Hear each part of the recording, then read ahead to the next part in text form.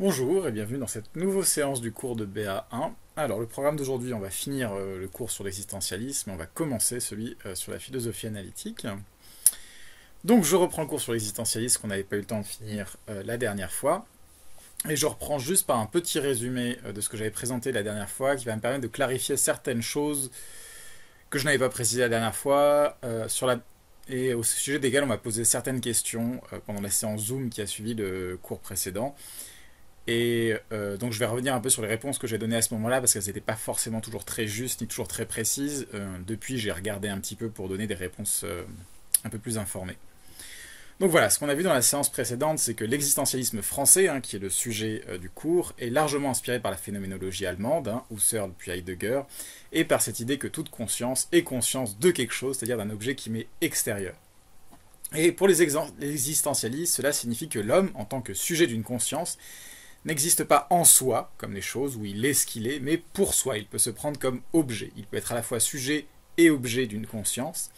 Et du coup, cela induit aussitôt une distance irréductible entre moi, le sujet de la conscience, et moi-même, qui est l'objet empirique de cette conscience. Et donc, parce qu'il y a cette distanciation de l'homme avec lui-même en tant qu'il est capable de se prendre pour objet, donc comme objet extérieur, l'homme n'est jamais ce qu'il est exactement. Il ne coïncide jamais réellement avec lui-même, contrairement aux choses du monde ou aux animaux qui sont ce qu'ils sont, qui n'ont pas de problème. L'homme est toujours à distance de lui-même et il ne coïncide jamais exactement avec lui-même.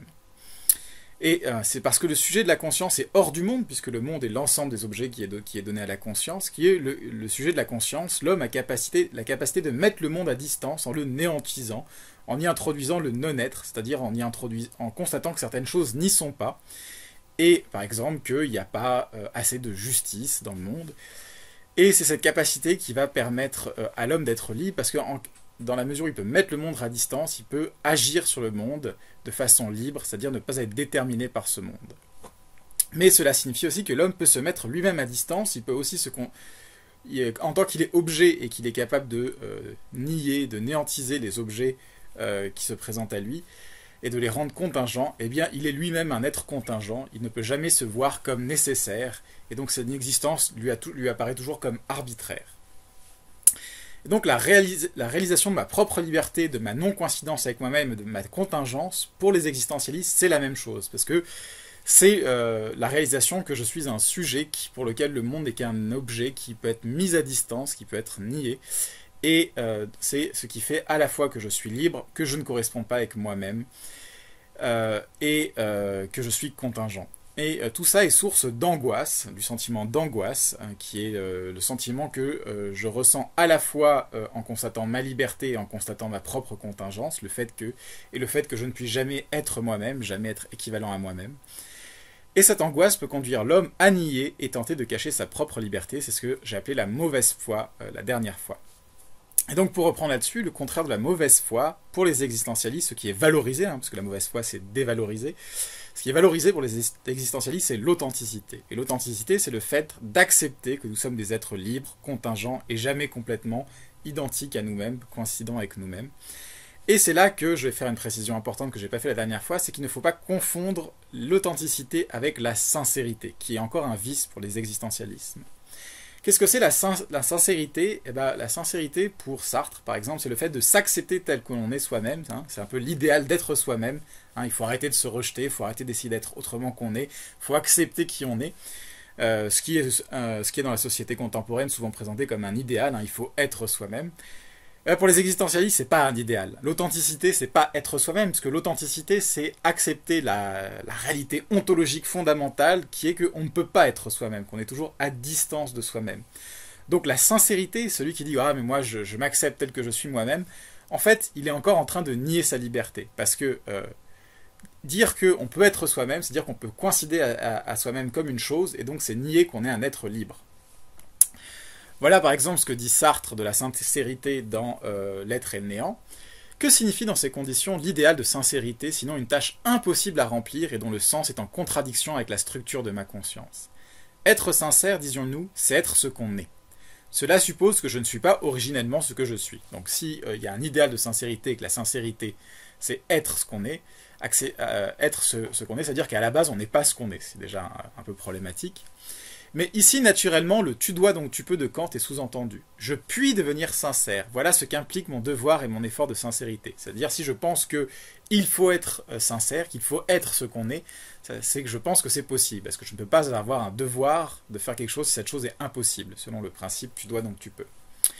Donc je puis devenir sincère, voilà ce qu'implique mon devoir et mon effort de sincérité. Or, précisément, nous constatons que la structure originelle du n'être pas ce qu'on est rend d'avance impossible tout devenir vers l'être en soi ou être ce qu'on est. Et cette impossibilité n'est pas masquée à la conscience, au contraire, elle est l'étoffe même de la conscience, elle est la gêne constante que nous éprouvons, elle est notre incapacité même à nous reconnaître, à nous constituer comme étant ce que nous sommes, elle est cette nécessité qui veut que dès que nous posons comme un certain être par un jugement légitime, fondé sur l'expérience interne ou correctement déduit de prémices a priori empiriques, par cette position même nous dépassons cet être, et cela non pas vers un autre être, vers le vide, vers le rien. Donc ce que dit Sartre, c'est que l'idéal selon lequel il faudrait être soi-même, est impossible parce que c'est la structure même de la conscience et donc du sujet humain que d'être toujours à distance de lui-même, que de ne pas être lui-même. Donc la sincérité déjà est un idéal qui est irréalisable. Alors, qu'est-ce qui se cache derrière l'idéal de sincérité? C'est une tentative encore pour échapper à sa liberté, encore une forme de la mauvaise foi du coup. Voilà ce que dit Sartre, qui ne voit que l'homme sincère, celui qui dit « Ah mais moi je m'accepte comme je suis ce que je suis », qui ne voit que l'homme sincère se constitue comme une chose, précisément pour échapper à cette condition de chose, par l'acte même de sa sincérité. L'homme qui s'avoue qu'il est méchant a troqué son inquiétante liberté pour le mal contre un caractère inanimé de méchant. Il est méchant, il adhère à soi, il est ce qu'il est. Mais du même coup, il s'évade de cette chose puisqu'il est celui qui la contemple, puisqu'il dépend de lui de la maintenir sous son regard ou de la laisser s'effondrer en une infinité d'actes particuliers. Il tire un mérite de sa sincérité, et l'homme méritant n'est pas le méchant en tant qu'il est méchant, mais en tant qu'il est par-delà sa méchanceté. En même temps, la méchanceté est désarmée puisqu'elle n'est rien, si ce n'est sur le plan du déterminisme, et qu'en l'avouant, je pose ma liberté vis-à-vis d'elle. Mon avenir est vierge, tout m'est permis. Ainsi, la structure essentielle de la sincérité ne diffère pas de celle de la mauvaise foi, puisque l'homme sincère se constitue comme ce qu'il est pour ne l'être pas. En gros, dans la sincérité, il y a deux composants. Il y a le fait que quand j'accepte ce que je suis, je dis que je suis ce que je suis, en fait, je me comporte comme un simple objet qui a une nature fixe. Voilà, j'ai accepté que c'était ma nature et j'y peux rien. Voilà, je suis méchant. Et du coup, j'accepte que je suis méchant, j'ai assumé, donc d'une certaine façon, quand je dis ça, je me traite comme une chose. C'est ma nature fixe d'être méchant, je suis une chose, c'est comme ça. Du coup, d'une certaine façon, je me dédouane du fait d'être méchant, parce que c'est juste ma nature, j'agis comme ça. Ça, c'est le premier composant. Je nie ma liberté, je me considère comme un objet. Mais en même temps, la personne qui est sincère et qui dit « Ah, mais voilà, je suis méchant, c'est ma nature, je suis comme ça », ou « Oui, je suis lâche », ou « Ah, je suis paresseux ». En même temps, quand elle dit ça, elle se met un peu à distance. Elle fait « Ah, regardez, je suis comme ça ». Elle se met à distance et d'un certain côté, elle réclame un certain mérite pour accepter la chose qu'elle est, avec ce côté un peu détaché, ce point de vue un peu supérieur. Donc en même temps, elle se réclame comme libre, c'est-à-dire à distance d'elle-même, tout en se réclamant comme étant une chose. Donc voilà, il y a une sorte de double hypocrisie dans la sincérité. C'est celle qui consiste d'un côté à faire semblant d'être une chose, voilà, je suis méchant, c'est mon caractère, je ne suis pas libre, ce qui est déjà une sorte d'hypocrisie puisqu'on se cache sa liberté, tout en récupérant et en acceptant une certaine part de liberté pour s'accorder un crédit, voilà. Je mérite quand même des éloges parce que je suis capable d'être qui je suis, d'accepter qui je suis. Et ça, d'une certaine façon, c'est encore, d'une certaine façon, affirmer une certaine sorte de liberté et de distance par rapport à ce qu'on est, par exemple être méchant, alors même qu'on avait nié être libre en disant qu'on était méchant, etc. Voilà, donc ça c'est la sincérité pour Sartre, c'est un idéal impossible et souvent une façon de se dédouaner tout en s'accorder un certain crédit. C'est une forme de mauvaise foi, donc c'est pas un idéal existentialiste. L'existentialisme français à la Sartre ou à la Beauvoir vous dit pas « soyez vous-même ». Elle dit « vous pouvez jamais être vous-même, il faut toujours vous dépasser vers de nouvelles fins, ne jamais vous reposer dans ce que vous êtes parce que de toute façon c'est impossible ». Voilà, maintenant nous revenons à Beauvoir. On avait vu dans la séance précédente, on s'était arrêté à l'enfance. L'enfance, c'est cette condition dans laquelle, en fait, on a l'impression, en regardant les adultes, qu'il existe un ordre robuste, un système de valeurs fixes qui vont nous permettre de gouverner notre vie. Et donc on n'a pas conscience de notre propre liberté. Et maintenant on passe à la crise, la transition fondamentale qui est pour Beauvoir l'adolescence. Et l'adolescence, pour Beauvoir, elle se caractérise par la prise de conscience de sa propre liberté. C'est-à-dire, on va enfin comprendre que le monde des adultes, les valeurs des adultes, en fait, il est là que parce que les adultes l'affirment. Il n'a aucune solidité intrinsèque, intérieure. Il n'a aucune nécessité. Il peut être balayé, il peut être rejeté, il peut être nié. Et c'est ce que je peux faire moi en tant qu'agent. Et du coup, en prenant conscience de ça, l'adolescent va avoir le sentiment, selon Sartre et Beauvoir, que le monde en fait a une contingence, est fragile, qu'il n'y a rien de robuste qui peut diriger sa vie. Hein. La solidité qui le rassurait quand il était enfant disparaît. Et le monde semble fragile, y compris moi-même en tant que sujet, parce que jusque-là, je me définissais par rapport aux attentes des adultes, au système de valeurs des adultes, et en fait, je n'existais que par rapport à un système de valeurs qui, en fait, je réalise qu'il n'a aucune valeur indépendante, et donc moi-même, mon identité est ressentie comme fragile. Donc voilà, s'écrit Beauvoir. En fait, il est très rare que le monde infantile se maintienne au-delà de l'adolescence. Dès l'enfance, déjà des failles s'y révèlent. Dans l'étonnement, la révolte, l'irrespect, l'enfant peu à peu s'interroge « Pourquoi faut-il agir ainsi ?» Voilà, on me dit qu'il faut agir ainsi, mais pourquoi? À quoi est-ce utile? Et si moi j'agissais autrement, qu'arriverait-il? Il découvre sa subjectivité, il découvre celle des autres, et lorsqu'il arrive à l'âge de l'adolescence, tout son univers se met à vaciller, parce qu'il aperçoit les contradictions qui opposent les uns aux autres les adultes, et aussi leurs hésitations, leurs faiblesses. Les hommes cessent de lui apparaître comme des dieux, et en même temps l'adolescent découvre le caractère humain des réalités qui l'entourent. Le langage, les coutumes, la morale, les valeurs ont leur source dans ces créatures incertaines. Donc voilà, il y a une double réalisation. Le premier, c'est que le système de valeurs qui jusque-là régissait sa vie, donc la société, la coutume, la morale, en fait ne tire leur réalité et leurs valeurs que des adultes qui le soutiennent, qui l'acceptent. Et en même temps, il y a une dévalorisation des adultes. On voit que les adultes sont eux aussi des sujets fragiles, qui ne sont pas des êtres parfaits. Et donc, le système entier commence à s'écrouler. Le moment est venu où il va être appelé à participer lui aussi à leur opération. Ses actes pèsent sur Terre autant que ceux des autres hommes, il va lui falloir choisir et décider. Donc là en plus il y a cette transition qui s'opère, qui est que dans l'enfance, quoi que je fasse, tout avait l'air d'en avoir aucune conséquence, parce que déjà je suis un enfant, et ensuite il y a ce système de valeurs solides qui est maintenu par les adultes, qui fait que quoi que je fasse, rien n'aura de conséquences à long terme. Et là, à l'adolescence, au moment même où mes actions commencent à avoir des conséquences, où il faut que je prenne des décisions importantes, c'est le moment aussi où je réalise qu'il n'y a aucun système de valeurs fixe, déterminé, nécessaire, qui va pouvoir me dire ce que je dois faire. On comprend qu'il est peine à vivre à ce moment de son histoire, et c'est là sans doute la cause la plus profonde de la crise de l'adolescence, c'est que l'individu doit enfin assumer sa subjectivité. Il doit enfin assumer qu'il est responsable de ses actions, qu'il a des choix à faire qui vont peser, et que c'est à lui de décider ce qui vaut, ce qui va avoir une valeur, ce qui va devoir diriger son action. Il ne peut pas recevoir ça des adultes passivement. Par un certain côté, l'écroulement du monde sérieux est une délivrance. Irresponsable, l'enfant se sentait aussi sans défense en face des puissances obscures qui dirigeaient le cours des choses. Mais quelle que soit la joie de cette libération, ce n'est pas sans un grand désarroi que l'adolescent se trouve jeté dans un monde qui n'est plus tout fait, qui est à faire, en proie à une liberté que plus rien n'enchaîne, délaissée, injustifié. Donc on retrouve le thème du délaissement qu'on avait vu dans l'existentialisme est un humanisme, c'est que l'adolescent se retrouve dans un monde où c'est à lui de choisir les valeurs avec lesquelles il va vivre, même si les adultes lui en proposent, il a bien conscience que c'est à lui que revient le choix ultimement.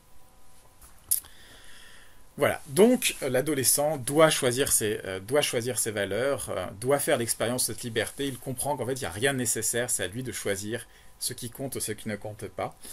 Et du coup, l'existence lui paraît fragile et incertaine. Donc si on regarde certains textes existentialistes, comme par exemple L'enfance d'un chef de Sartre, il y a tout ce passage où le personnage commence même à douter de sa propre existence parce que tout lui paraît tellement fragile, tellement transparent, tellement contingent. Et donc, l'angoisse va accompagner la crise d'adolescence et le passage à l'âge adulte va pouvoir parfois amener certaines stratégies pour échapper à la prise de conscience de sa liberté et au devoir de choisir qui s'accompagne de celui-ci. Donc Beauvoir présente plusieurs stratégies dans son ouvrage, pour une morale de l'ambiguïté, et là j'en présente que deux dans cette session de cours. La première, c'est celle qu'elle appelle celle du sous-homme. Et ce que Beauvoir appelle le sous-homme, c'est celui qui essaye le plus possible de ne pas s'engager, de ne pas faire de choix, de vraiment vivre automatiquement, mécaniquement, pour jamais vraiment avoir à faire l'expérience de sa liberté. Donc voilà ce que Beauvoir écrit. Si l'on essaye d'établir entre les hommes une espèce de hiérarchie, on mettra au plus bas degré de l'échelle ceux qui sont dénués de cette chaleur vivante, les tièdes dont parle l'Évangile. Donc c'est la fameuse formule selon laquelle Dieu vomit les tièdes. Exister, c'est se faire manque d'être, c'est se jeter dans le monde.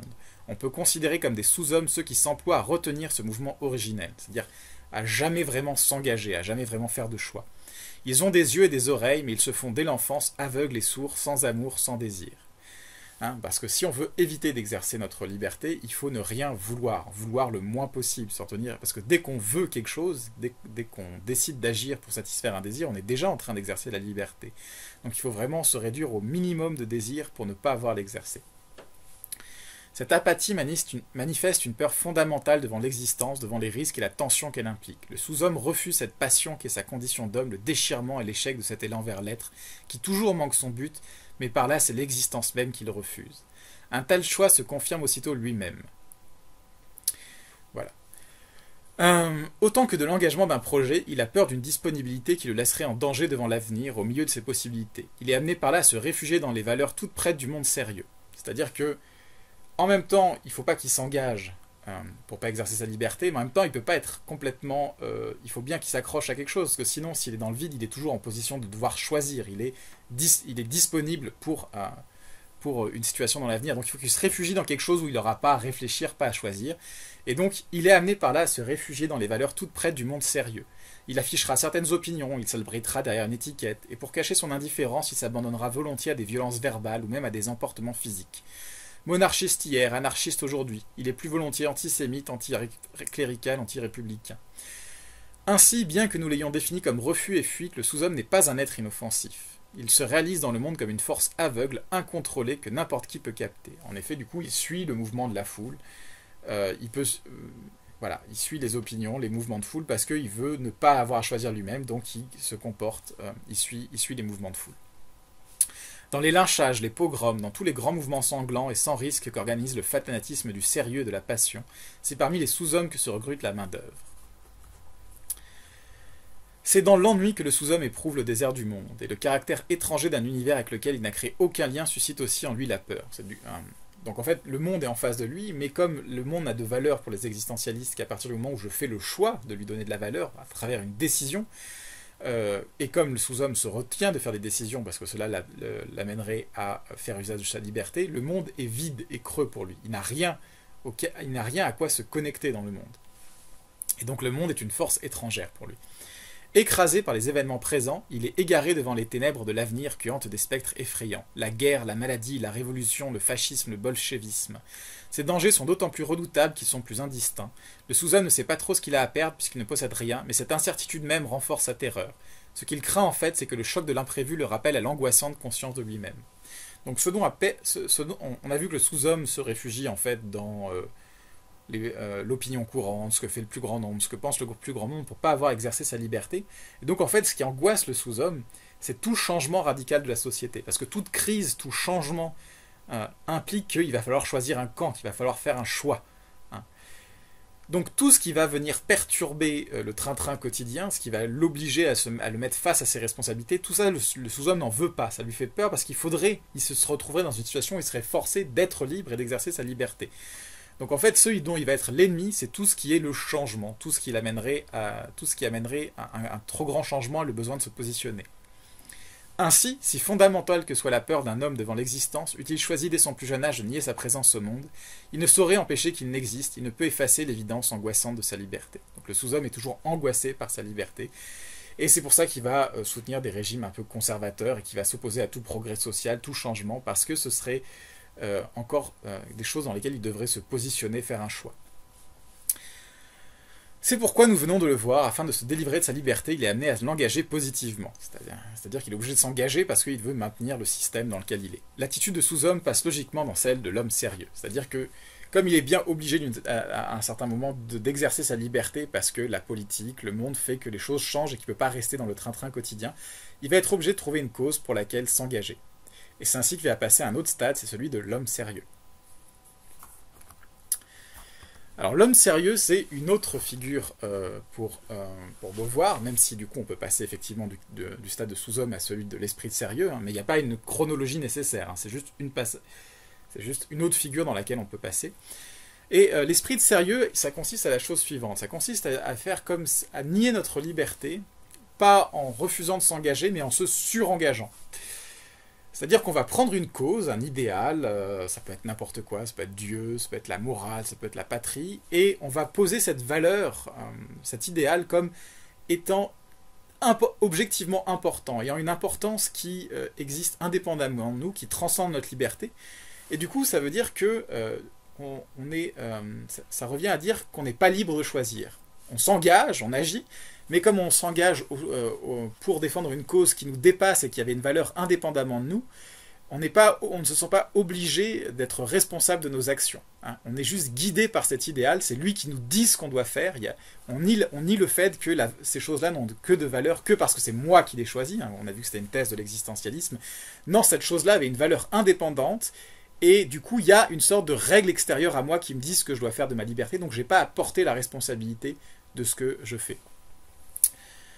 Voilà, donc l'attitude de sous-homme passe logiquement dans celle de l'homme sérieux. Il s'efforce d'engloutir sa liberté dans le contenu que celui-ci accepte de la société. Il se perd dans l'objet afin d'anéantir la subjectivité. Donc l'objet, c'est l'idéal que suit l'homme sérieux. Ce qui importe à l'homme sérieux, ce n'est pas tant la nature de l'objet qu'il préfère à lui-même, c'est le fait de pouvoir se perdre en lui. Donc en fait, ce que Beauvoir condamne ici, c'est pas le fait de s'engager pour une cause. Hein. Les existentialistes sont fameux pour avoir soutenu ce genre d'engagement et plutôt être une philosophie de l'engagement. Non, ce que condamne Beauvoir, c'est le fait de choisir une cause et de s'engloutir entièrement dans la défense de cette cause, pas tant parce qu'on se soucie de la cause, mais parce que parce que le fait d'ériger cette cause comme une valeur absolue nous permet de ne pas avoir à faire face à notre liberté. Voilà, on se dit, voilà, il y a ça, c'est important, il faut absolument qu'on serve cet idéal, il n'y a pas le choix. Il n'y a pas le choix parce que c'est tellement important, donc je n'ai pas à choisir ce que je fais de ma liberté, c'est évident. Si bien que le mouvement vers l'objet est en vérité par son arbitraire l'affirmation la plus radicale de la subjectivité. Croire pour croire, vouloir pour vouloir, c'est détachant la transcendance de sa fin, réaliser sa liberté sous la forme vide et absurde de liberté d'indifférence. La mauvaise foi de l'homme sérieux provient de ce qu'il est obligé de sans cesse renouveler le reniement de cette liberté. Il choisit de vivre dans un monde infantile, parce que comme l'enfant, il choisit de vivre dans un monde dans lequel il y a des valeurs objectives qui lui disent à tout prix ce qu'il doit faire, et il fait comme si ce n'était pas lui qui devait choisir quelle cause ou quel idéal il allait défendre. Il y a une sorte de système moral solide, objectif, qui l'oblige à agir de cette façon. Mais à l'enfant, les valeurs sont réellement données par les autres. Hein. L'homme sérieux doit masquer ce mouvement par lequel il se les donne, telle la mythomane qui feint d'oublier en lisant une lettre d'amour qu'elle se l'est envoyée à elle-même. Donc l'homme sérieux, c'est lui qui choisit un idéal, parce qu'il faut bien en choisir un, et comme l'homme est absolument liberté, qu'il n'y a pas de valeur indépendamment de celle que l'homme donne une chose, c'est lui qui choisit de donner la valeur à un idéal. Mais comme ce qu'il veut, c'est un idéal objectif qui s'impose à lui et le dédouane du fait de choisir, il doit choisir un idéal tout en se cachant à lui-même que c'est lui qui a choisi cet idéal. Il doit faire comme si l'idéal s'imposait à lui-même. Mais au fond de lui, pour Beauvoir, il sait très bien que c'est lui qui a choisi cet idéal et que cet idéal n'existe que parce que il lui donne, lui, une valeur.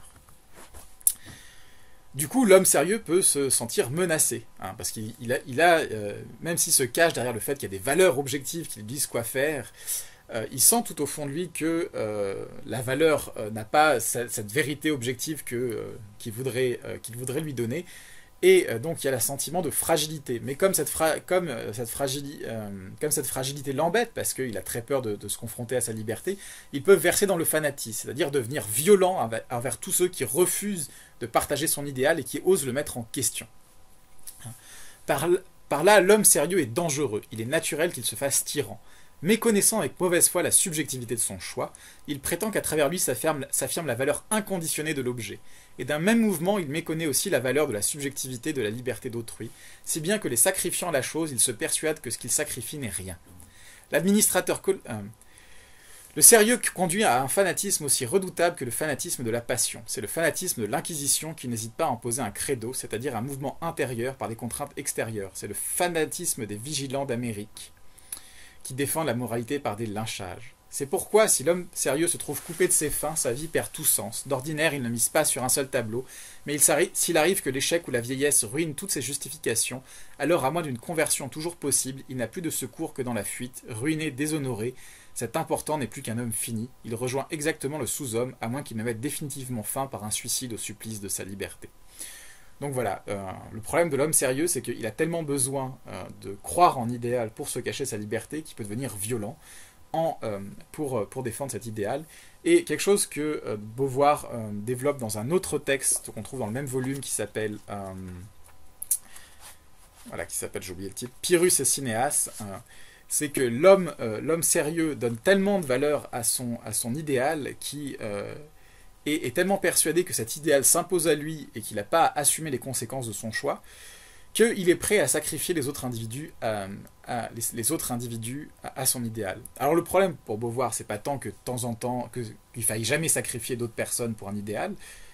C'est quelque chose qu'elle envisage, l'idée que parfois, par exemple pour défendre la liberté, par exemple comme dans la guerre d'Espagne, il faille tuer des personnes qui soutiennent un régime autocratique.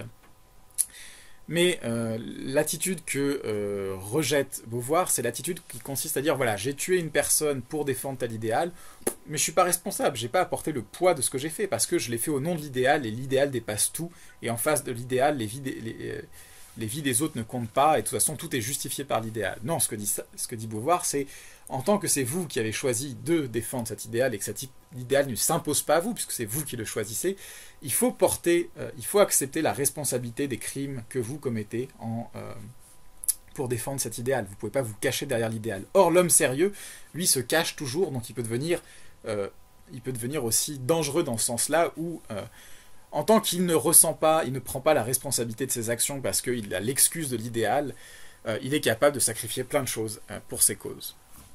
Donc une autre transformation possible de l'homme sérieux qui n'est pas mentionné là, mais qui est mentionné plus loin dans le texte, c'est sa transformation en nihiliste. C'est-à-dire que l'homme sérieux a donné tellement de valeur et a tellement dédié sa vie à un idéal que quand il découvre que cet idéal n'est pas bon, n'existe pas, qu'en fait il n'a pas de valeur, donc les cas qu'envisage Beauvoir ici, une réaction possible, c'est de devenir nihiliste, c'est-à-dire de vouloir détruire le monde en considérant que rien n'a de valeur et que donc tout mérite d'être détruit.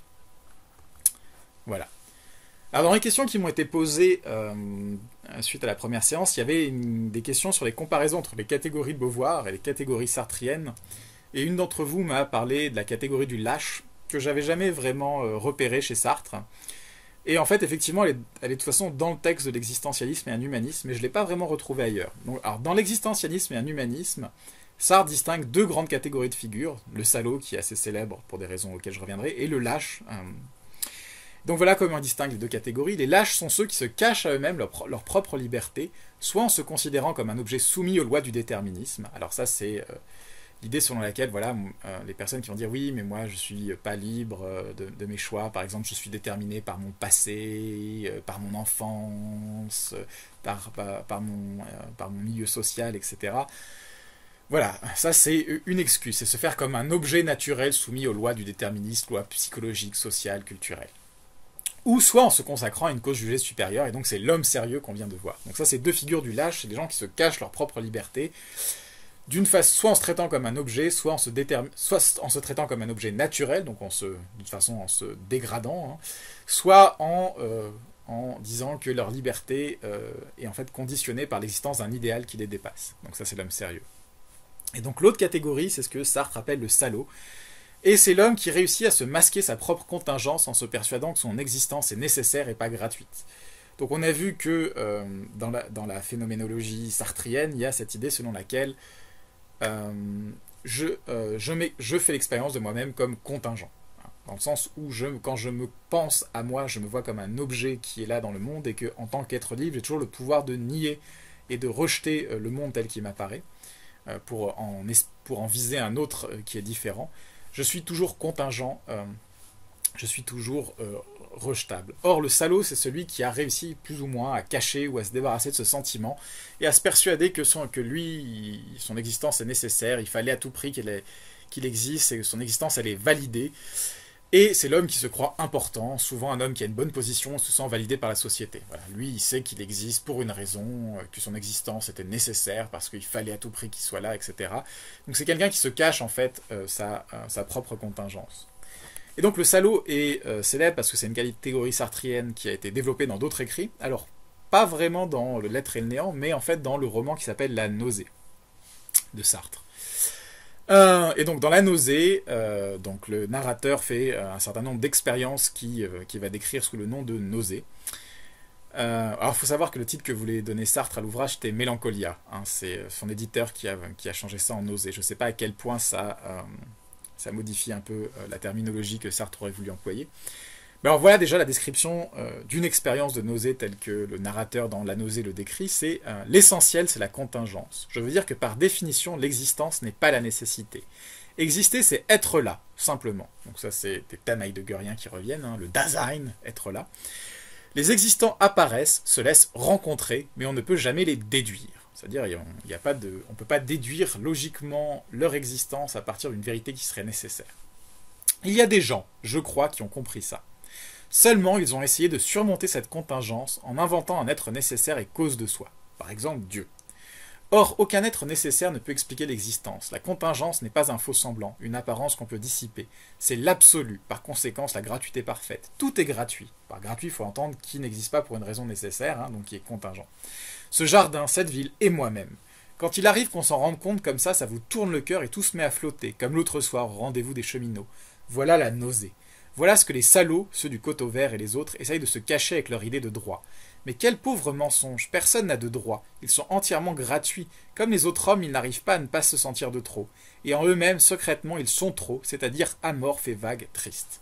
Donc c'est ce que Sartre décrit dans ce passage, c'est deux choses, l'expérience de la nausée, où on fait l'expérience de nous-mêmes comme complètement contingents, n'ayant pas vraiment de raison spécifique d'exister, et les personnes qui essayent de rejeter ce sentiment, c'est-à-dire les salauds. Et son idée, c'est qu'une des stratégies pour se donner une sorte de nécessité à son existence, c'est l'idée de droit. Voilà, on a une sorte de droit à l'existence. Alors il y a un autre passage qui explicite ça. Donc c'est un passage qui en fait apparaît plus tôt dans le texte et dans lequel le narrateur visite un musée, je crois.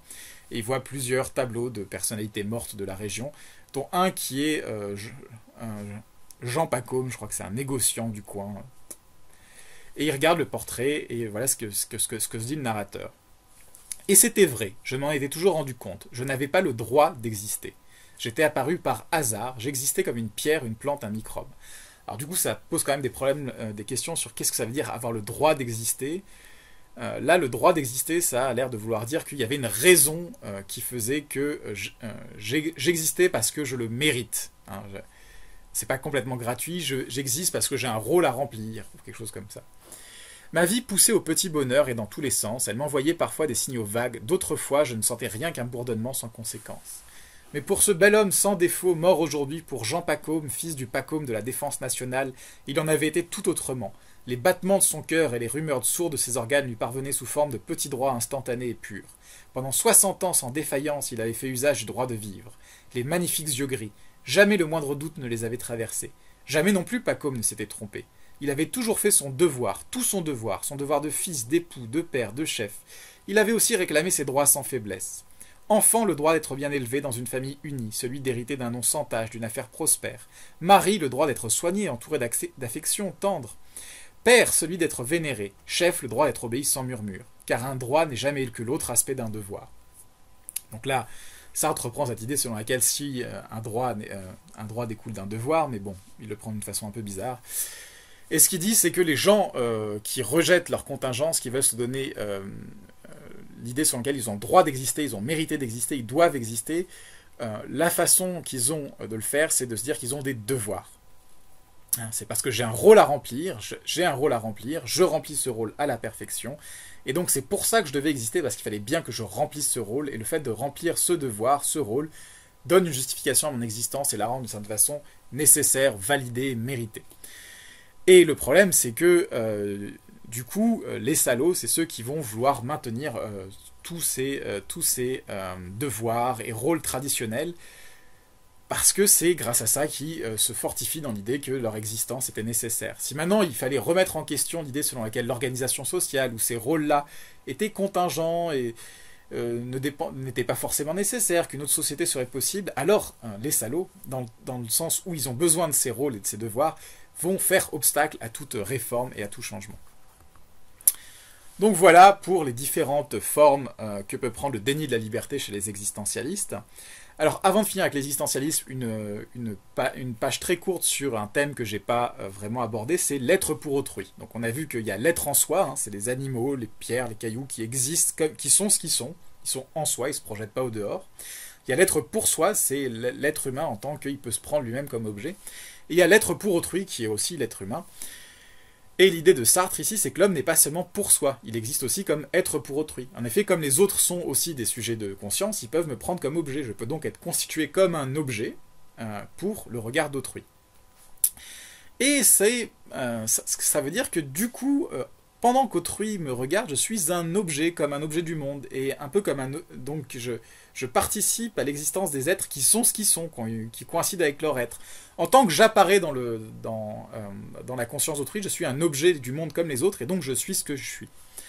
Et donc il peut être tentant d'aller se chercher une consistance, un sens dans le regard d'autrui, parce que le regard d'autrui stabilise notre être. Il dit, voilà, bah, machin, je le vois, il est comme il est. L'expérience de la liberté, du décalage entre moi et moi-même, je la fais que pour moi. Quand je vois les autres, ils m'ont toujours l'air plus consistants, ils ont l'air d'être ce qu'ils sont et pas de souffrir de ce vide ontologique parce qu'ils m'apparaissent comme objets. Et donc je pourrais essayer de vivre à travers le regard d'autrui, puisque le regard d'autrui me donne cette consistance. Donc ça c'est quelque chose que Beauvoir va décrire dans le passage suivant, qui est toujours du même volume. Et voilà ce que dit Beauvoir, par exemple, les autres. Comme elle a de la chance, disait une psychasthénique en regardant une femme qui pleurait, elle pleure pour de bon. Elle aussi pleurait bien souvent, mais ce n'était pas de vraies larmes, une comédie, une parodie, c'était ses larmes.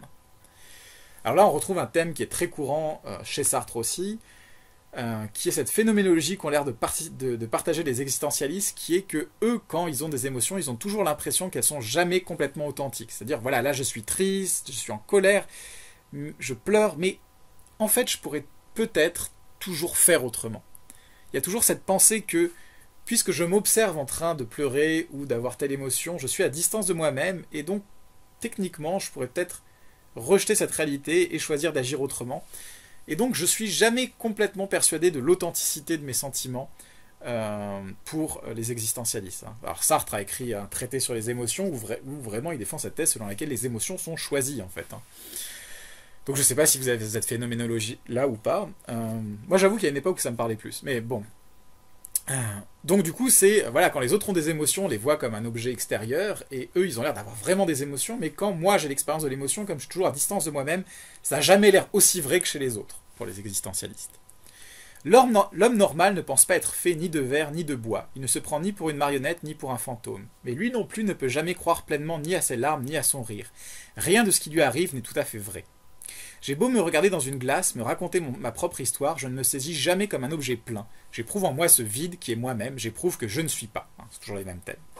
Et c'est pourquoi tout culte du moi est en vérité impossible. Je ne peux me destiner à moi-même. Souvent dans ma jeunesse, je me suis désolé de ne posséder aucune personnalité, alors que certaines camarades m'éblouissaient par l'éclat de leur originalité. Alors là, c'est pas un aveu de la part de Beauvoir selon lequel elle a aucune personnalité comparée aux autres. Son idée, c'est que c'est une expérience fondamentale que les autres ont toujours l'air d'avoir plus de personnalité que nous, parce que la personnalité, c'est vraiment le fond de notre être, c'est qui on est, et quand on se regarde nous-mêmes, on est toujours à distance de notre être, il n'y a pas de fond véritable à notre être, puisqu'on est toujours à distance de nous-mêmes. Autrui revêt facilement ce caractère merveilleux et inaccessible, car lui seul éprouve pour soi ce vide qui est en son cœur. Pour moi, il est dans le monde un objet, une plénitude. Moi qui ne suis rien, je crois en son être, donc à lui. Et cependant, il est autre chose aussi qu'un objet. Il a l'infinité de sa transcendance, donc il a une conscience, qui peut sans cesse reculer l'horizon vers lequel elle s'élance. Je ne sais si Dieu existe, et aucune expérience ne peut me le rendre présent.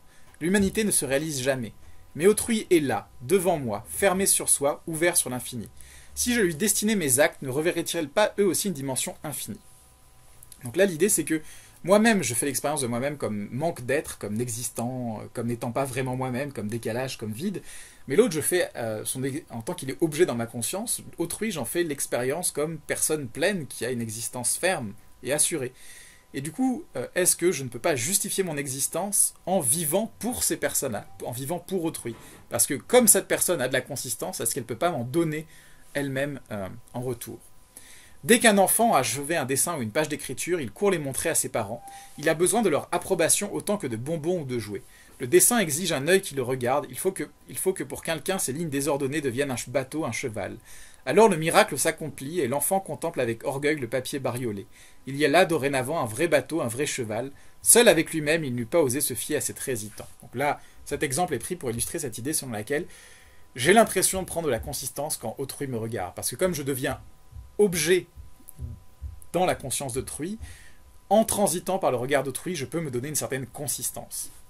Et donc, d'une certaine façon, c'est un bien si on souffre d'un manque, si le fait de ne jamais être quelque chose, de toujours avoir l'impression de ne jamais vraiment exister, d'être toujours à, à distance de nous-mêmes, nous fait souffrir. Mais ça peut être aussi un mal, parce que quand l'autre me regarde, il me réduit à l'état d'objet. Et il me ramène à moi-même tel que je suis maintenant, alors que dans ma conscience, je suis toujours en train de projeter comment je vais être plus tard, toujours un moi futur que je peux changer, tandis que le regard d'autrui me transforme comme un objet tel que je suis maintenant.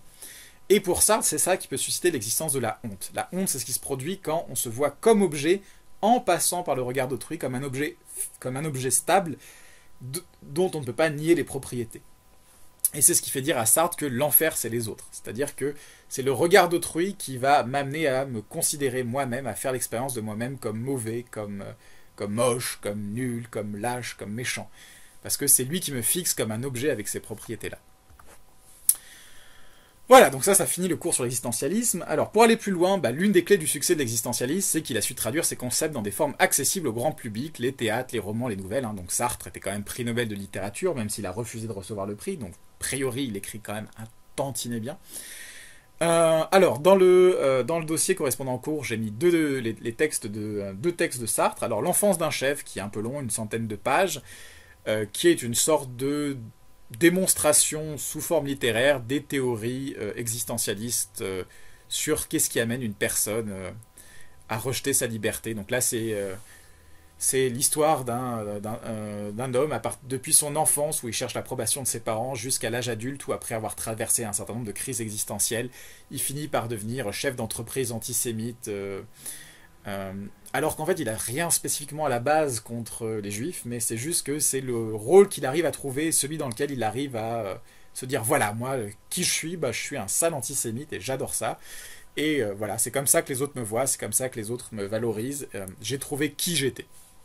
Donc c'est une sorte de théorie sur comment le déni, le fait de vouloir à tout prix rejeter sa liberté, de ne pas supporter sa liberté, peut amener les gens à des comportements quand même regrettables. Et ensuite, il y a un deuxième texte que j'ai mis, c'est Huis clos, qui est la pièce de Jean-Paul Sartre qui porte sur le regard, sur le rôle du regard d'autrui, que j'ai développé vite fait dans la slide d'avant.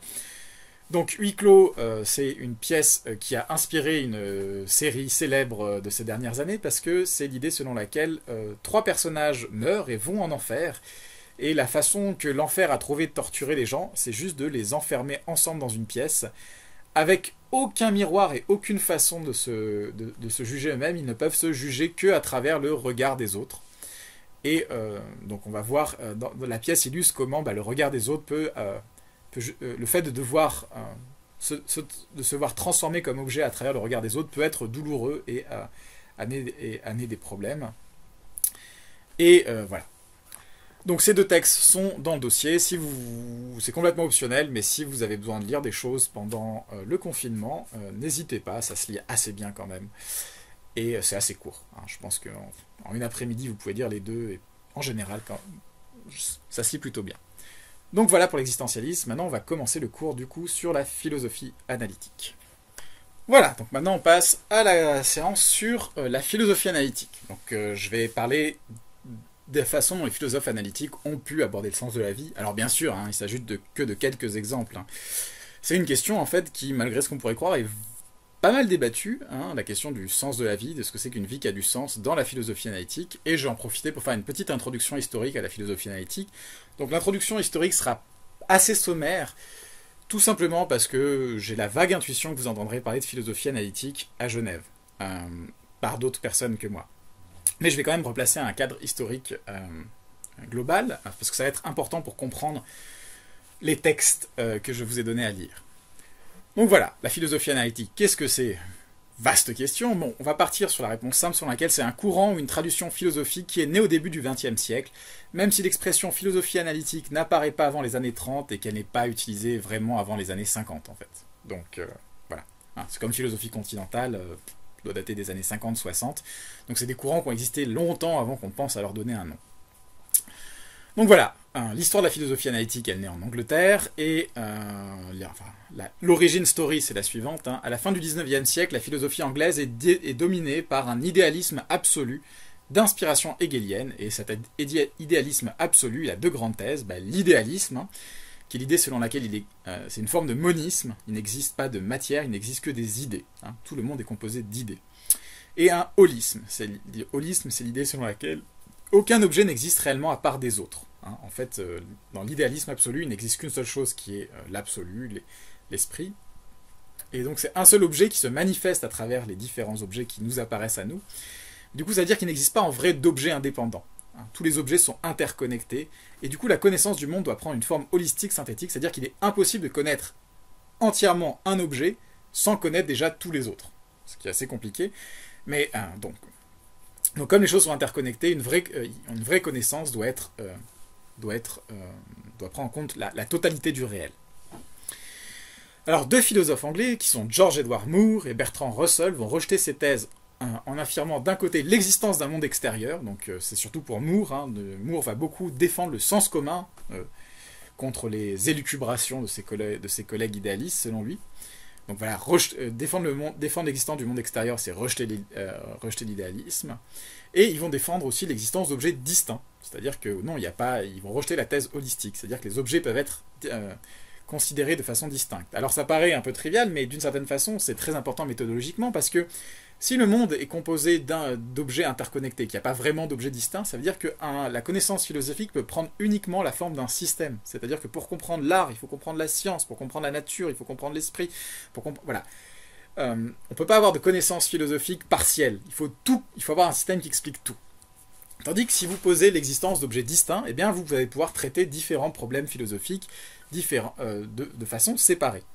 Donc c'est en ce premier sens que la philosophie analytique est analytique, c'est qu'elle découpe le réel en plusieurs composants séparés, ce que rejette le holisme hegelien.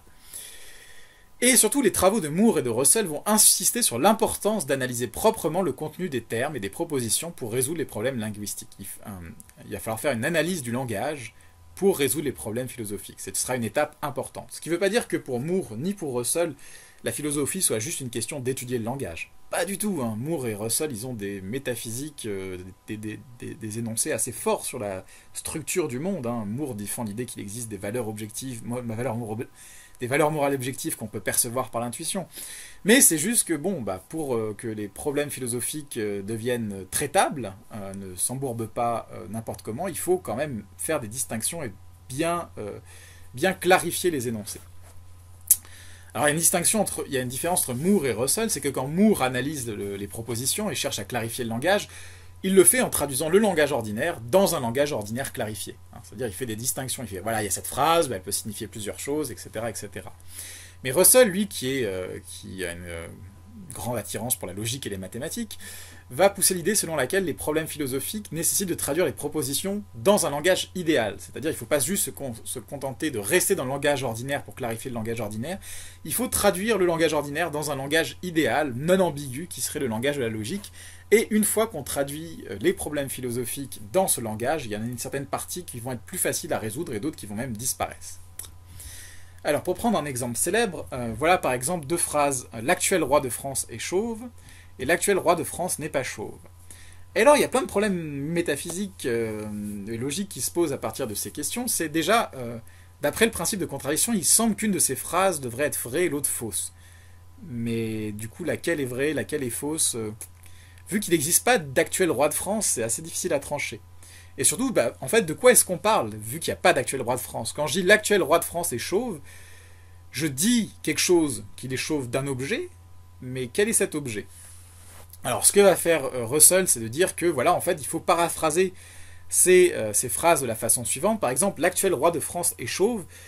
Elle doit être traduite sous la forme « Il existe un X tel que X est roi, et X est la seule chose à être un roi, et en plus X est chauve. » Et à partir de là, on peut à partir de cette analyse de la phrase, on peut conclure on peut expliquer pourquoi cette phrase est fausse. Hein, elle est fausse parce qu'il n'existe pas de X. Et de la même façon, l'actuel roi de France n'est pas chauve, elle est aussi fausse parce qu'il n'existe pas de X qui est roi de France. Et en fait, même si il semblait à première vue que ces phrases étaient la négation l'une de l'autre, hein, on a l'impression que l'actuel roi de France n'est pas chauve, c'était la négation de l'actuel roi de France est chauve, donc par le principe de contradiction, il fallait forcément qu'il y en ait une des deux qui soit vraie et l'autre fausse. On voit en fait que si on développe la forme logique de cette phrase, Eh ben, en fait, on peut nier on peut nier les deux parce que l'une n'est pas strictement la négation de l'autre. Alors il faudrait un cours de logique pour entrer dedans, mais bon, l'idée qu'il faut retenir, c'est ça. C'est l'analyse logique du langage va permettre de clarifier les problèmes métaphysiques. Alors, dans son entreprise, Russell s'inspire beaucoup des travaux du logicien Gottlob Frege, et il est assisté par son étudiant Ludwig Wittgenstein, qui publiera en 1921 le Tractatus Logico-Philosophicus. Et leur projet n'est pas celui d'une simple clarification linguistique. Russell et Wittgenstein tirent des conclusions métaphysiques fortes de leur entreprise, et c'est cette théorie qui est appelée l'atomisme logique, qui est une position selon laquelle le monde est un ensemble de faits, et ces faits sont composés d'éléments plus petits, et en fait le langage idéal de la logique reflète l'organisation du monde, parce que le langage idéal de la logique est composé de propositions qui sont elles-mêmes composées de mots, qui articulent les mots. Donc l'organisation du langage idéal reflète l'organisation de la réalité, de telle sorte qu'en composant ce langage idéal et en l'éclairant, on arrive à avoir une image de la réalité, de comment est structurée la réalité elle-même. Donc la formation la plus connue de cette théorie, c'est le Tractatus Logico-Philosophicus de Wittgenstein, qui a été publié en 1921. Et le Tractatus Logico-Philosophicus, c'est pas quelque chose que vous devriez lire tout de suite, même si c'est connu, hein, il faut un peu de préparation. Mais le Tractatus est célèbre parce qu'en fait, il est résumé en 7 propositions, et en fait, ce que fait le livre, c'est à chaque fois, il précise les propositions. Par exemple, il prend la proposition 1, puis après, dans le livre, vous avez 1.1, et 1.2, et 1.1.2. Donc chaque proposition est déroulée et précisée par d'autres propositions qui ne sont pas forcément toujours beaucoup plus claires. Donc voilà ce que dit Wittgenstein. Le monde est tout ce qui a lieu, et tout ce qui est le cas. Ce qui est le cas, le fait, est l'existence d'états de choses. Donc le monde, qu'est-ce que c'est? C'est la série des états de choses, des choses qui sont dans un certain état. L'image logique des faits, c'est la pensée. Et alors là, la pensée, c'est pas les états mentaux. La pensée, dans la philosophie analytique de cette époque, c'est quelque chose qui est tiré de Frege, c'est la signification des propositions. C'est une sorte d'entité logique. La pensée est la proposition pourvue de sens. La proposition est une fonction de vérité des propositions élémentaires. La forme générale de la fonction de vérité est blablabla, donc ça c'est une formule logique que je n'ai pas à déduire. Et sur ce dont on ne peut pas parler, il faut garder le silence. Donc l'idée de Wittgenstein, c'est il y a un langage idéal qu'on peut construire, on peut trouver la structure logique du sens même, qui se cache sous le bazar qui est la forme apparente du langage. Et cette forme idéale, elle nous donne elle nous donne la structure du monde. Et de temps en temps, il y a des énoncés du langage ordinaire qu'on n'arrive pas à traduire sous cette forme de langage idéal. Et qu'est-ce que ça veut dire? Ça veut dire que c'est des choses dont on ne peut pas parler. Et des choses dont on ne peut pas parler, c'est des choses qui ne peuvent pas être connues. C'est même des choses qui n'ont pas un certain sens. Voilà ce que dit une citation du Tractatus, qui est en anglais, puisque je n'ai pas le texte en français. La méthode correcte en philosophie doit être la suivante. Il ne faut rien dire, excepté ce qui peut être dit, c'est-à-dire ce qui peut être couché dans des propositions des sciences naturelles. Voilà, ça veut dire que les énoncés, tout ce qu'il faut dire, ça doit être des choses qui peuvent être traduites sous forme d'énoncés des sciences naturelles, et que quand quelqu'un dit quelque chose qui veut dire quelque chose de métaphysique, qui ne peut pas être, et qui du coup ne peut pas être traduit de cette façon-là dans les énoncés des sciences naturelles, il faut bien lui dire que il a échoué à donner un sens à ce qu'il dit. Alors, la philosophie de Russell et Wittgenstein va influencer un groupe de philosophes bien connus qui est le Cercle de Vienne, qui sont donc un ensemble de philosophes qui se réunissent régulièrement à Vienne. Voilà. Donc le Cercle de Vienne est un groupe de philosophes connus pour leur mouvement, le positivisme logique. Et le positivisme logique, il adhère vraiment à un scientisme strict. Je veux dire, dans tous les cauchemars des gens qui pensent que la philosophie analytique est un repère de scientistes, qui pensent qu'il n'y a que la science et les approches formelles qui peuvent nous amener à la vérité, c'est la forme ultime, c'est le positivisme logique. Voilà. Après, il faut savoir que du coup, le positivisme logique est plus vraiment accepté par quiconque maintenant en philosophie analytique, ou en philosophie tout court. Mais bon, voilà, l'épouvantail ultime, c'est eux. Le positivisme logique adhère à un scientisme strict, toute connaissance pour eux est par nature une connaissance d'ordre scientifique. La philosophie et la logique ne nous donnent accès qu'à la forme logique du langage, c'est-à-dire des tautologies. Je sais pas, ce que vous apprenez en logique, les règles de logique, elles ne vous disent rien sur le monde. Elles vous disent comment les propositions doivent s'enchaîner logiquement, mais si vous aviez que la logique et aucune connaissance du monde extérieur, vous ne reconnaîtrez rien du monde extérieur. C'est-à-dire que la logique et la philosophie sont vides. Elles sont utiles, mais elles sont vides, elles ne disent rien du monde. Cependant, les positivistes logiques ne considèrent pas seulement que les énoncés non scientifiques ne peuvent pas être décidés ou qu'ils sont faux. Donc on a vu que les positivistes logiques pensent que toute connaissance est scientifique. Mais ça ne veut pas dire qu'ils pensent que les énoncés non scientifiques sont des trucs qu'on ne peut pas savoir ou qui sont faux. Non, pour eux, tout ce qui n'est pas un énoncé scientifique n'a juste pas de sens. Et c'est une thèse qu'on appelle le vérificationnisme. Et le vérificationnisme, c'est cette idée selon laquelle le sens d'une proposition, c'est les conditions qui permettent de vérifier qu'elle est vraie. C'est ces conditions de vérité. Donc tout ce qui ne peut pas, toutes les propositions pour lesquelles on ne peut pas indiquer ce qui montrerait qu'elles sont vraies, les conditions dans lesquelles on pourrait dire qu'elles sont vraies, c'est-à-dire tous les énoncés qui ne peuvent pas être traduits de façon testable, ces propositions-là n'ont pas de sens. C'est-à-dire, si pour une proposition, vous ne pouvez pas dire dans quel cadre elle pourrait être prouvée vraie et testée comme vraie, cette proposition n'a pas de sens. Et en plus, du coup, leur idée, c'est que du coup, toute proposition qui a un sens doit pouvoir être traduite en termes testables, c'est-à-dire en termes de sense data. Parce que pour les tenants du cercle de Vienne, ce à quoi nous avons accès, c'est uniquement les données des sens, c'est-à-dire, par exemple, les formes lumineuses qui apparaissent dans mon esprit après que la lumière ait touché ma rétine. Je n'ai pas accès aux objets eux-mêmes. Tout ce que j'ai accès, c'est aux données de mes propres sens. Et donc, du coup, tout énoncé pour avoir un sens doit pouvoir être traduit en termes de données des sens. Alors, vous voyez que c'est l'exact opposé de la phénoménologie. Hein. Pour la phénoménologie, ce qui m'est donné dans l'expérience est tout de suite l'objet extérieur. Pour le cercle de Vienne, on a toujours accès que aux sense data, et du coup, tout ce qui ne peut pas être traduit en observation, en observation dans les données des sens n'a juste pas de sens. Alors, il y a plusieurs textes connus du cercle de Vienne. Hein. Le plus connu, c'est le manifeste du cercle de Vienne, qui doit dater de 29. Mais là, je veux parler d'un autre texte qui s'appelle « L'élimination de la métaphysique par l'analyse logique du langage hein, », qui a été publié par Rudolf Carnap, qui est un membre du cercle de Vienne en 1932. Donc il existe une version française de ce texte que j'ai déjà eu dans les yeux, mais comme là on ne peut pas vraiment fréquenter les bibliothèques, et comme mon allemand est très mauvais, je me rabats sur la version anglaise. Alors, dans ce texte, Carnap dit beaucoup de choses et explique comment la philosophie du cercle de Vienne met fin à la métaphysique, hein, carrément, hein, donc voilà, plus de métaphysique. Alors là, il fait quelques rappels sur la philosophie du cercle de Vienne, et il dit, voilà, si on prend une proposition de la forme S de A, où A est un mot, alors pour que le mot A ait un sens et que la phrase S de A ait un sens, il faut un certain nombre de conditions. Il faut savoir quels sont les critères empiriques qui sont utilisés pour identifier A, l'objet A, qui doit être une donnée d'essence.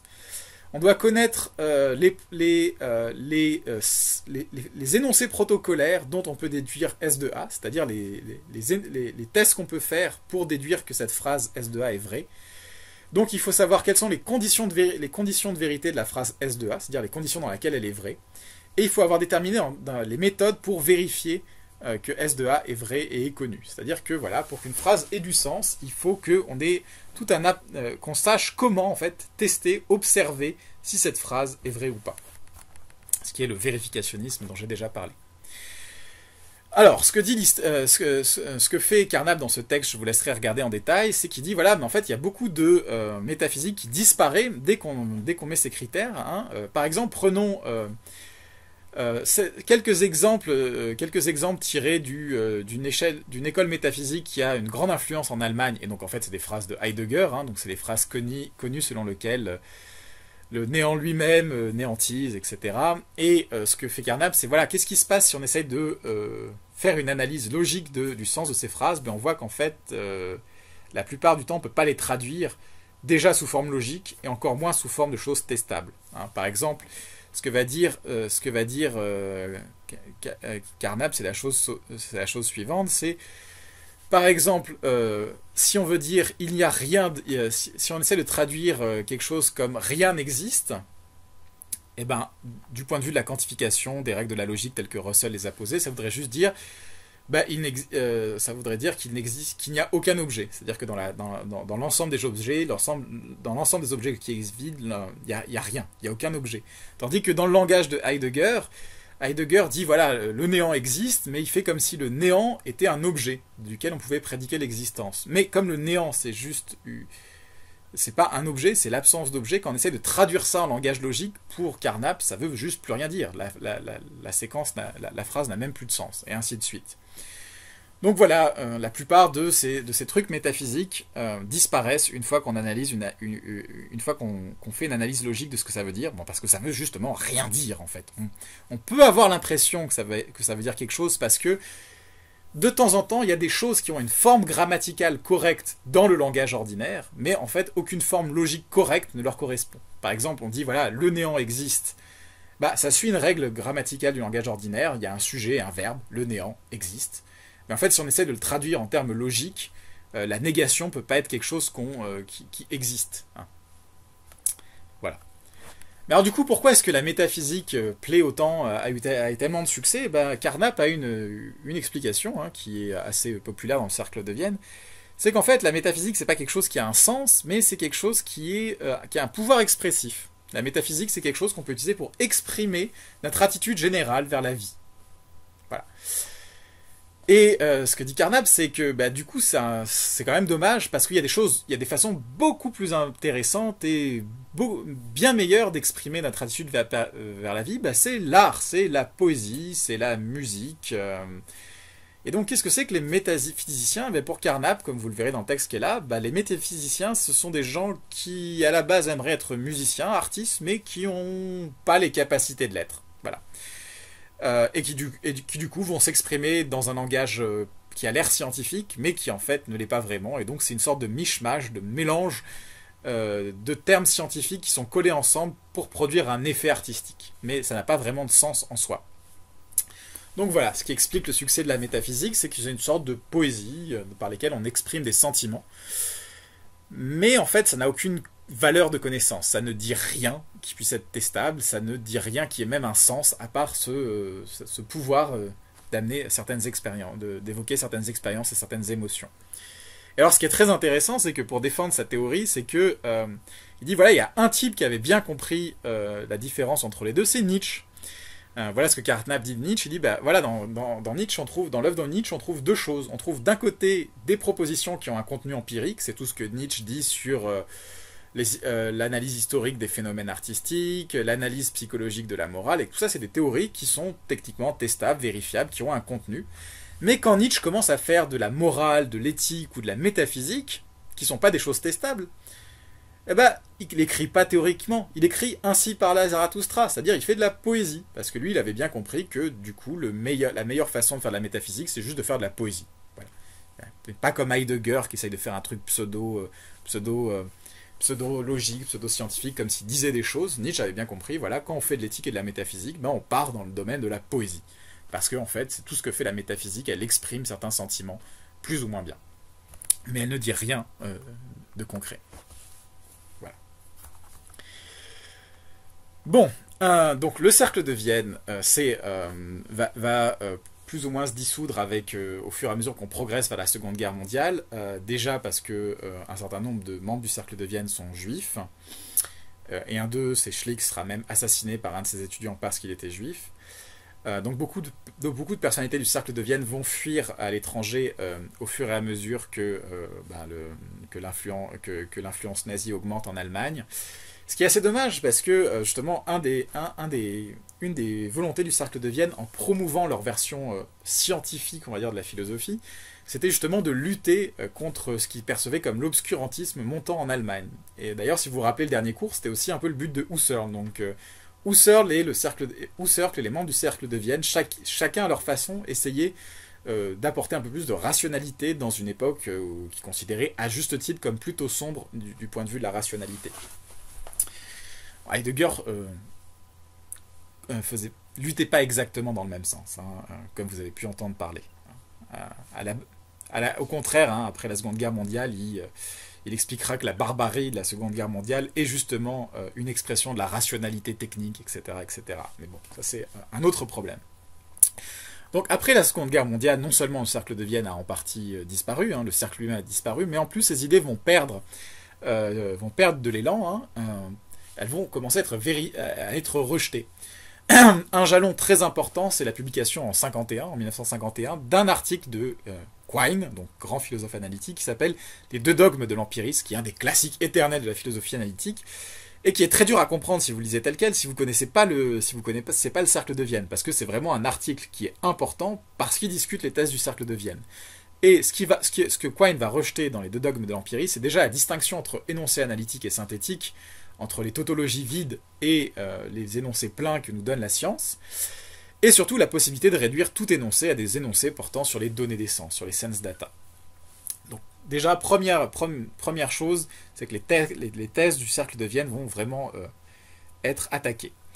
Et ensuite, vraiment le coup dur, c'est que une des stars du cercle de Vienne, enfin au moins au début, c'était Wittgenstein. Alors Wittgenstein n'était pas membre du cercle de Vienne, mais les membres du cercle de Vienne avaient été très convaincus par le Tractatus Logico-Philosophicus, qui défendait des thèses assez proches de celles du cercle de Vienne. Le cercle de Vienne les avait reprises puis élaborées. Donc Wittgenstein, pour eux, était vraiment un penseur clé, même si après, quand il avait invité à donner des conférences à Vienne, ils avaient été un peu déçus, un peu perturbés, parce que c'était quand même un personnage assez étrange.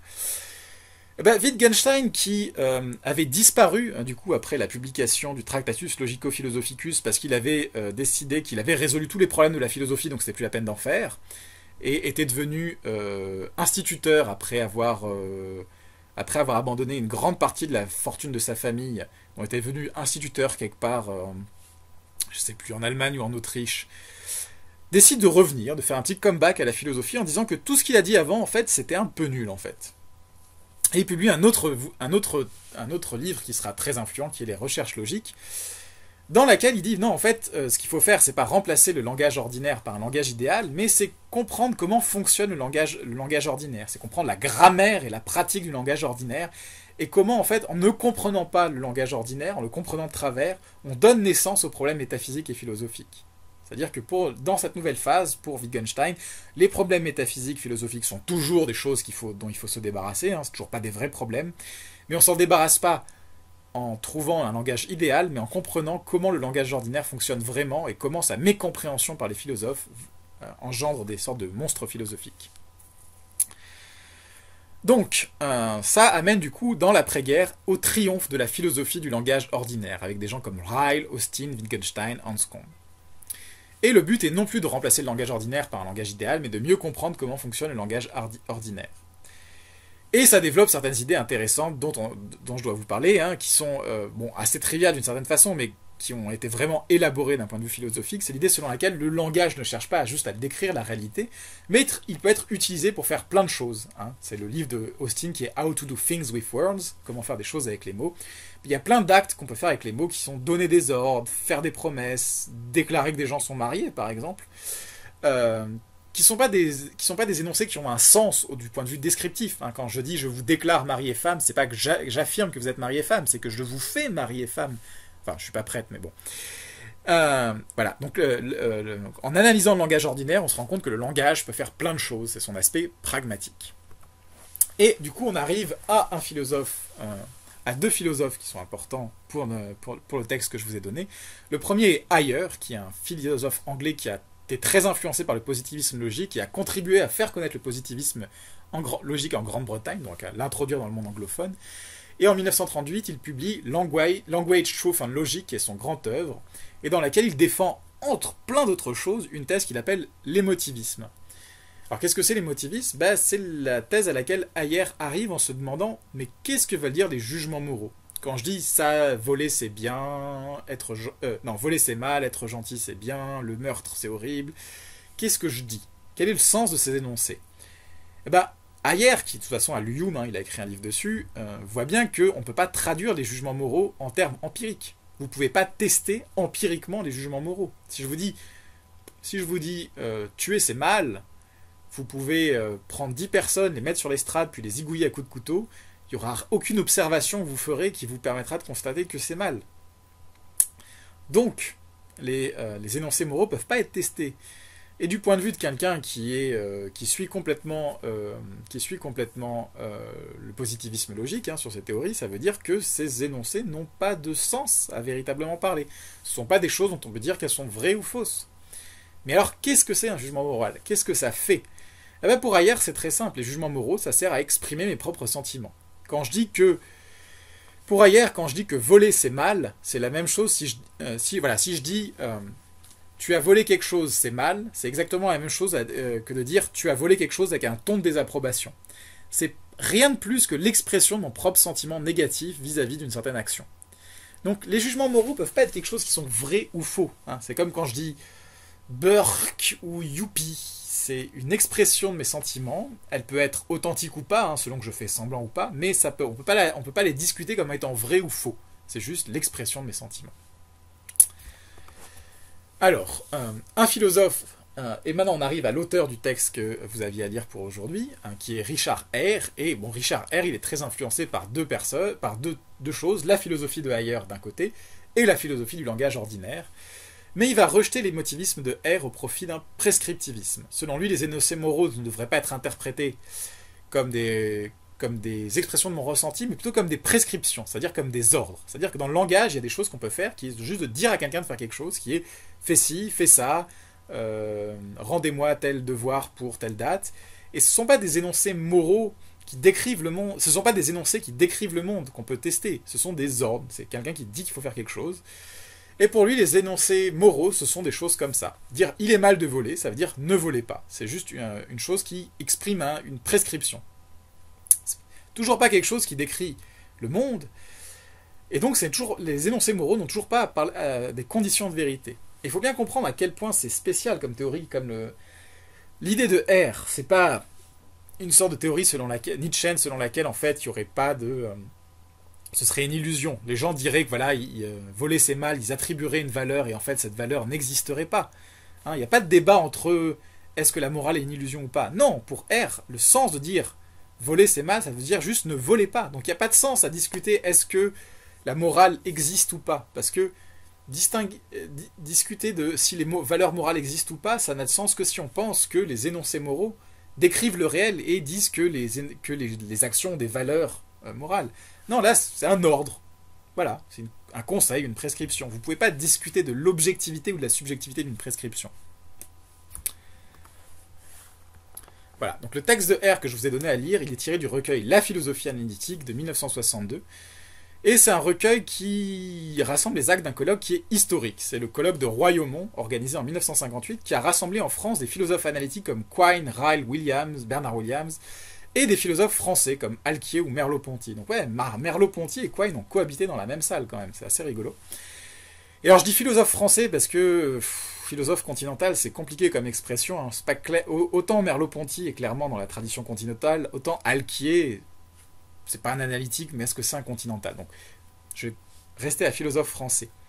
Et il s'agit, en fait, cette conférence, c'est une des toutes premières manifestations dédiées à la philosophie analytique en France. C'est pour ça que c'est quelque chose d'historique. Et c'est aussi pour ça que le texte de R a une version française que un collègue m'a gentiment transmis, photographié par téléphone.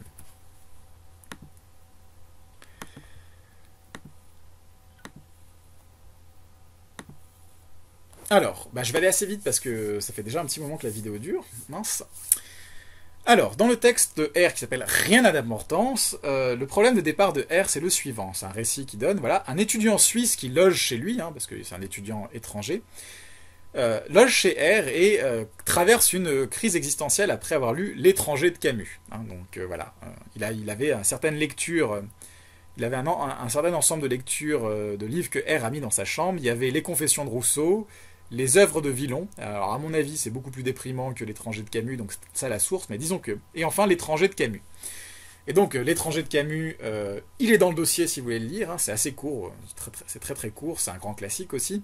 Et effectivement L'étranger de Camus, ça porte sur cet individu qui s'appelle Meursault, qui a du mal à s'intéresser à quoi que ce soit. Pour lui rien strictement n'a d'importance, ou pas, on en discutera peut-être plus dans la séance sur Camus. Mais en tout cas, la thèse que soutient le personnage, celle qu'il est censé incarner dans L'étranger de Camus, c'est effectivement que rien n'a d'importance. C'est ce par quoi il vit. Et du coup, à un moment donné, le personnage principal dans le roman de Camus commet un meurtre. Pas pour des raisons spécifiques, probablement juste parce qu'il faisait trop chaud.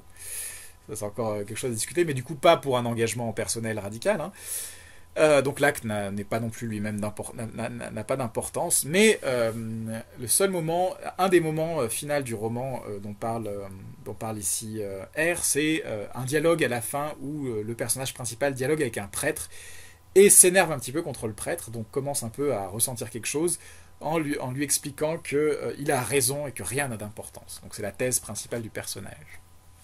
Et donc c'est cette thèse qui a ébranlé l'étudiant suisse de R, hein, qui loge chez lui, de telle sorte qu'il s'est carrément mis à fumer et à sortir sans dire où il allait. Il faut donc vite fait intervenir, et c'est un job du coup pour R, qui est un philosophe moral. Du coup, il a forcément une solution, quelque chose à lui dire pour soigner cette crise existentielle.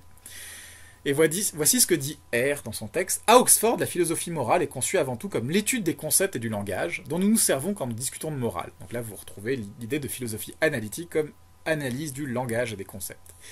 Nous nous occupons de problèmes comme quelle est la signification d'une proposition, telle que c'est important ou ce n'est pas important. On nous accuse souvent de nous intéresser à de frivoles questions de vocabulaire, mais ce genre de question n'est pas frivole, ou alors la philosophie elle-même serait un sujet frivole, comme l'a pensé Aristophane. C'est une référence aux nuées d'Aristophane. Car la philosophie telle que nous la connaissons a commencé par le refus de Socrate de répondre aux questions portant par exemple sur ce qui est bien ou mal, avant d'avoir débattu la question qu'est-ce qu'exactement être bien ou mal. Avant de dire si voler c'est bien ou mal, si tuer c'est bien ou mal, il faut dire qu'est-ce que ça veut dire bien et qu'est-ce que ça veut dire mal. Et c'est vrai que c'est un mouvement assez socratique. Hein. Pour le coup, la philosophie analytique, dans ce cas-là, ne tranche pas vraiment radicalement avec tout un tas de philosophies traditionnelles. Hein. C'est quelque chose qu'on retrouve chez Platon. Et au fond, cela revient au même de mettre la question sous la forme qu'est-ce que le bien, ou quel est le sens du mot bien, ou quel est son emploi dans notre langue. Donc là, l'idée de Austin, c'est que là où Socrate aurait posé une question qui a l'air un peu métaphysique, c'est quelle est l'essence du bien, dire quel est l'emploi du mot bien dans le langage, ça revient en fait à poser la même question pour lui. Parce que le sens du mot et l'essence du bien est donc déterminé par l'usage du mot dans le langage.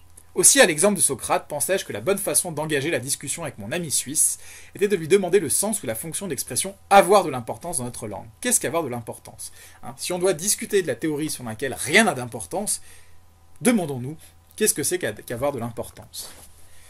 Eh ben, R, qui est prescriptiviste en éthique, revient à une forme d'expressivisme, d'émotivisme sur la signification d'avoir de l'importance. Voilà ce qu'il dit. Hein. Donc mon étudiant suisse tombe à vite d'accord sur le fait qu'en disant que telle chose a de l'importance, nous ne faisons qu'exprimer notre intérêt pour cette chose. Qu'est-ce que ça veut dire que quelque chose a de l'importance? C'est encore un de ces énoncés qui n'est pas spécifiquement testable, ça veut juste dire qu'on exprime une certaine forme d'intérêt. Si quelqu'un a de l'intérêt pour quelque chose et veut exprimer cet intérêt dans le langage, il peut dire par exemple « c'est important » ou « il importe beaucoup que telle ou telle chose arrive et non telle ou telle autre ». Voilà, c'est ça que ça veut dire que quelque chose a de l'importance. Ça veut juste dire qu'on a de l'intérêt pour cette chose-là. Voilà ce que dit R plus loin. Hein. Avoir de l'importance n'est pas une expression de ce genre-là, une expression testable, une expression des sciences. Elle n'est pas destinée à décrire ce que font les choses, mais à exprimer notre intérêt pour ce qu'elles font. On ne peut donc pas évidemment observer les choses en train d'avoir de l'importance. Mais cela ne veut pas dire qu'elles n'en ont pas, comme nous pouvons aisément nous en assurer si, comme je le dis à mon ami, nous suivons le conseil de Hume et regardons en nous-mêmes.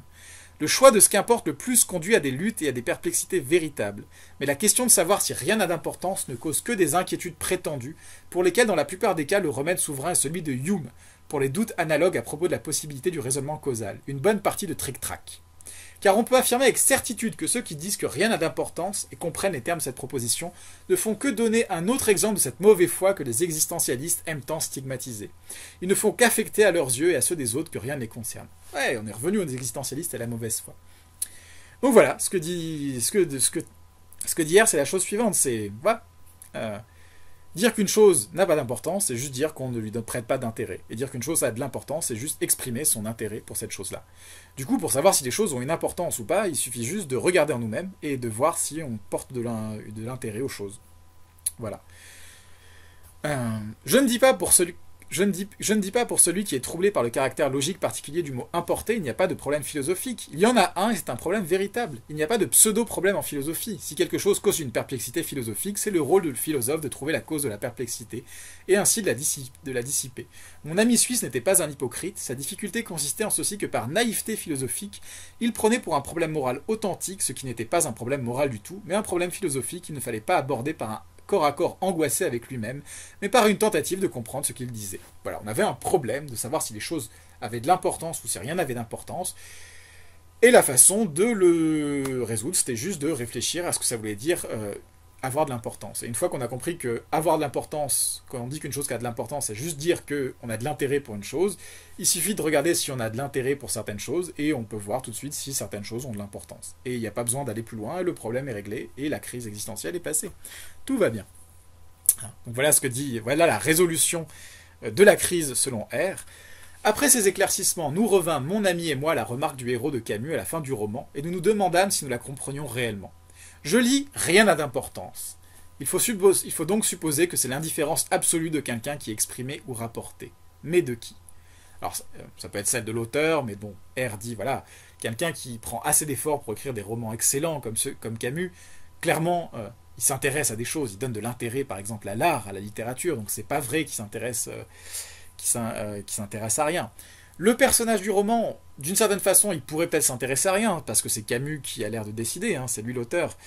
Mais déjà, c'est pas clair à la lecture du roman, hein, parce que des fois, il fait des choses intéressantes dans le roman. Des fois, il s'intéresse à des choses. Par exemple, il va voir le patron de son entreprise pour lui dire que le papier pour s'essuyer les mains dans les toilettes, le soir, il est un peu trop humide parce qu'il a été trop utilisé. C'est assez désagréable. Donc voilà, apparemment, il se soucie au moins de ça, quoi. Ça, au moins, a de l'importance pour lui. Bon. Et ensuite, du coup, la vraie question, c'est, est-ce que pour l'étudiant suisse, des choses sont importantes? Je lui demandais donc s'il était vraiment exact que rien ne lui importait plus. Ce ne l'était pas, bien sûr. Il n'était pas dans la situation du condamné, mais dans la situation de la plupart d'entre nous. Il ne s'intéressait pas à rien, il s'intéressait à beaucoup de choses. Son problème n'était pas de trouver quelque chose à quoi s'intéresser, quelque chose d'important, mais de mettre en ordre les choses qui l'avaient intéressé, de décider celles qui importaient le plus, celles qu'à son avis il valait la peine de poursuivre, fût-ce aux dépens de certaines autres. Bref, de décider ce qu'il voulait. Bon, pour finir, R donne quand même une explication psychologique du malaise existentiel de son étudiant. Hein. Ce qu'exprime l'étudiant, ce n'est pas qu'il ne prend pas d'intérêt aux choses, mais ce qu'il n'arrive pas à prendre intérêt à certaines choses que la société ou les adultes lui ont présentées comme importantes et intéressantes. Donc il vit un décalage entre ce que les gens lui disent être intéressant, ce qu'on lui a imposé comme étant intéressant, et ce qui est vraiment intéressant pour lui. Et donc ça lui amène à se dire que les choses qu'on lui avait présentées comme importantes ne le sont pas, parce qu'il n'arrive pas à y prendre de l'intérêt, et que donc rien n'a d'importance. Voilà ce que dit R. Pour la plupart d'entre nous, les valeurs ont deux sources principales, nos propres désirs et l'imitation d'autrui. S'il est vrai que l'imitation d'autrui est particulièrement chez les jeunes l'un des désirs les plus forts, nous pouvons considérer que ces deux grandes sources de nos valeurs ont une origine commune. La grande difficulté de l'adolescence est l'intégration en un seul courant de ces deux sortes de valeurs. En définitive, si nous devons pouvoir dire sincèrement que quelque chose est important pour nous, c'est notre intérêt personnel qui doit être engagé. L'intérêt des autres ne suffit pas, quelque grand que puisse être en général notre désir de leur ressembler. Ainsi, pour prendre un exemple esthétique, mes parents peuvent bien aimer la musique de Bach, et moi vouloir leur ressembler. Cela ne veut pas dire que je puisse dire sincèrement aimer la musique de Bach. Ce qui arrive simplement dans ces cas-là, c'est que je fais semblant d'aimer la musique de Bach. En fait, c'est évidemment la mauvaise foi. C'est néanmoins assez souvent de cette façon que je finis par aimer la musique. Faire semblant d'aimer quelque chose si on le fait comme il faut est un des meilleurs moyens d'arriver à l'aimer vraiment. C'est de cette façon que presque tout le monde en arrive à aimer l'alcool. Et puis l'art évolué est généralement si éloigné de ce que les gens aiment à la première impression que les nouvelles générations seraient au fond incapables de goûter l'art évolué de leur temps, ou même celui des générations antérieures sans quelque malhonnêteté. Et cependant, nous nous rébellons souvent contre les valeurs de nos aînés. Un jeune homme se dira « Mes parents pensent qu'il est de la plus haute importance d'aller à l'église tous les dimanches, mais moi ça m'est complètement indifférent ». Ou bien il se dira « Ceux de la vieille génération pensent presque tous que c'est un déshonneur de ne pas combattre pour son pays en temps de guerre, mais est-ce que ce n'est pas un déshonneur plus grand de ne pas s'opposer à cette boucherie en devenant pacifiste? C'est par des réactions semblables que les valeurs communes changent d'une génération à l'autre. » Donc voilà, ce que R explique, c'est que de temps en temps, on peut avoir le sentiment que les choses n'ont pas d'importance, mais c'est juste parce qu'il y a un décalage entre l'importance qu'on leur donne, l'intérêt qu'on leur porte personnellement, et l'importance qui leur a été assignée par les autres, par des autorités en qui on avait confiance, par des gens à qui on voudrait ressembler. Donc on se dit, voilà, des gens me disent que c'est important, mais moi j'arrive pas à y prendre d'intérêt. Donc c'est un peu comme si l'importance qu'on avait prêtée aux choses n'existait pas, était illusoire. Mais bon, une fois qu'on réfléchit au fait que dire que quelque chose a de l'importance, c'est juste qu'on y trouve de l'intérêt, on voit qu'on trouve toujours de l'intérêt à quelque chose, parce qu'on agit, et dès qu'on agit, c'est bien parce qu'on s'intéresse à quelque chose. Et donc voilà, la crise existentielle est résolue, les choses ont un sens, les choses ont de l'importance, c'est pas vrai que rien n'a d'importance, et il suffisait d'une petite analyse linguistique pour s'en rendre compte. Et donc, si vous ne trouvez pas cette résolution complètement satisfaisante, nous discuterons d'autres perspectives analytiques sur l'importance et le sens de la vie dans le cours suivant. où je finirai la philosophie analytique, puis on embrayera sur un dialogue justement entre Camus d'un côté et Thomas Nagel, qui est un philosophe analytique de l'autre, pour voir un peu comment les deux traditions peuvent se répondre de façon assez intéressante, pas forcément de façon complètement conflictuelle. Voilà, alors, les textes pour la prochaine fois vont arriver bientôt.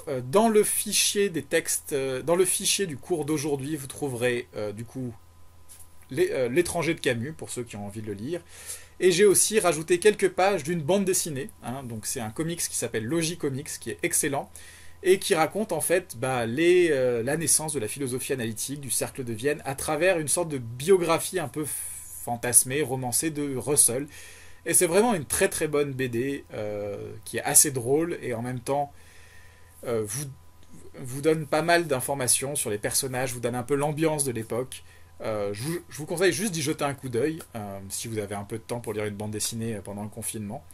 C'est vraiment quelque chose d'assez agréable à lire et qui vous donnera une meilleure idée des débuts du Cercle de Vienne, etc. Voilà, donc à la semaine prochaine. Et je serai sur Zoom de 11h à midi ce mercredi 8 avril, même si cette vidéo est déjà beaucoup trop longue.